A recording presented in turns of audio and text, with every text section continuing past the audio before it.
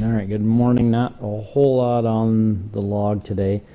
The aggravated assaults, one of them was a domestic. Somebody was hit with a bottle. No serious injuries with that. We did have a person that showed up at the hospital with some stab wounds. Apparently it happened last Friday, but she wouldn't give a whole lot of details and was pretty steadfast that she did not want to press any charges. So I don't have a whole lot of details of what happened. The last aggravated assault, that was somebody that was threatened with some type of stick or handle, but no injuries with that. No arrests on that one either. The burglary, that was a person that was found inside a vacant motel room. We had some tools taken from a work truck. We had a garage. This was somebody had left their keys in their car. Their garage door had been closed. They opened it yesterday morning and went back inside the house. By the time they came out, it was just a short time, somebody had hopped in their car and drove away with it. So no suspects. We're still looking for that stolen truck. And the last burglary, that was an unlocked car that was entered. Actually, I think that was 2 of them, but no arrests on that either. The disorderlies, couple of reports, couple of trespassings, nothing real big. The embezzlement was a car that was loaned out. The family offenses are both reports. The fraud, one of them was just a report. The other was a scam. That was a warrant scam. Somebody called a person claiming that this person or victim had a warrant and said that they needed to pay the money, otherwise they'd be arrested immediately. So unfortunately they got just about $3,000 in prepaid Visa cards, gave them the information, and then it was after that they called the police department and found out that they did not have a warrant. So this is one of the things that pops up from time to time. The best thing to do, again, we've said this many times, but verify that information independently. So you can get the contact name and number of the scammer or the person you're on the phone with. Call, talk to somebody else. Don't use any numbers that they give you. In this case, they said it was a warrant and with the police department. However, the sheriff's office is the one that serves the warrant. But give a call, find out, make sure if it's valid before you're giving any kind of credit card numbers or gift cards or whatever, because there's no law enforcement that takes payment like that. When was that, sir? Yesterday morning. Any time frame? Or yesterday afternoon, I'm sorry. Let me just double check on that.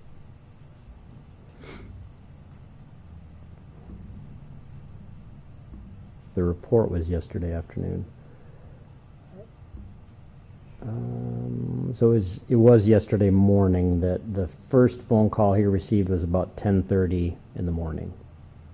And then it was that afternoon that he called and realized that he had been scammed. What part of town was that, do you know? He lived in the 800 block of East 7th Street.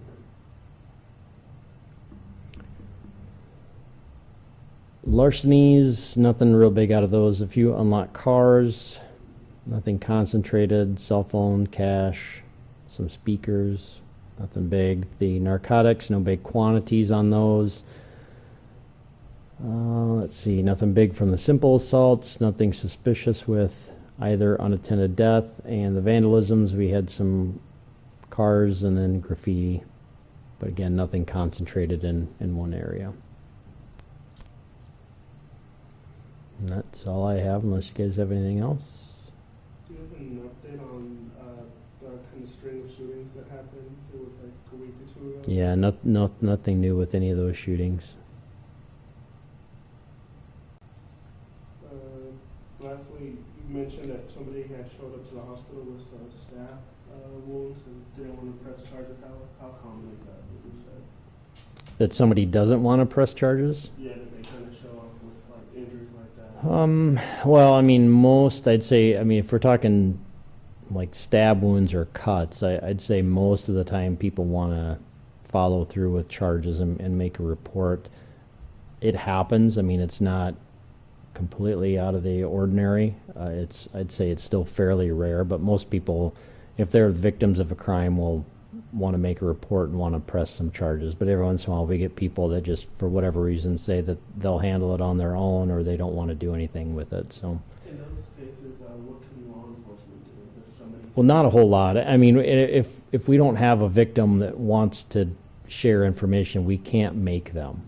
You know, it's up to people to basically make that decision whether or not they want to make a report. Like I said, most people will make a report, especially if there's some type of injuries. But if somebody's injured and they don't want to make a report, there's nothing we can do about that. So in this case, just because of the significant injuries, the officer did a report, but it was really just for information.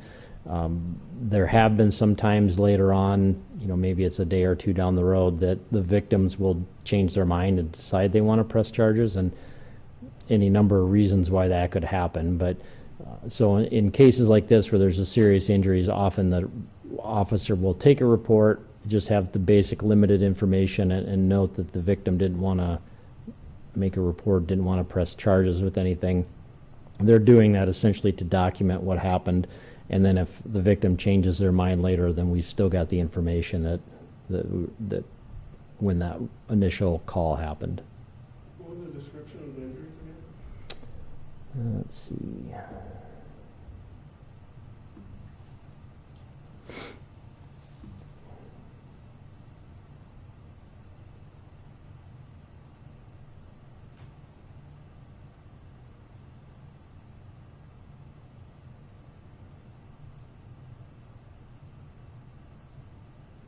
There was one wound to her shoulder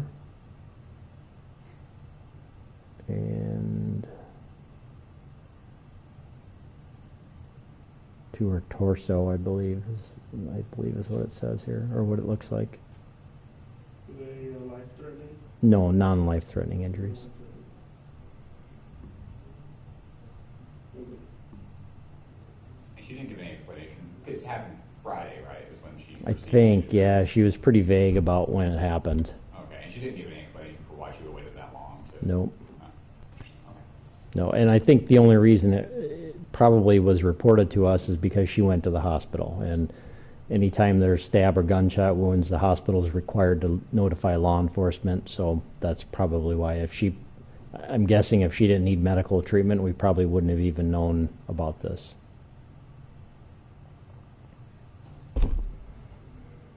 Anything else? Okay, thanks.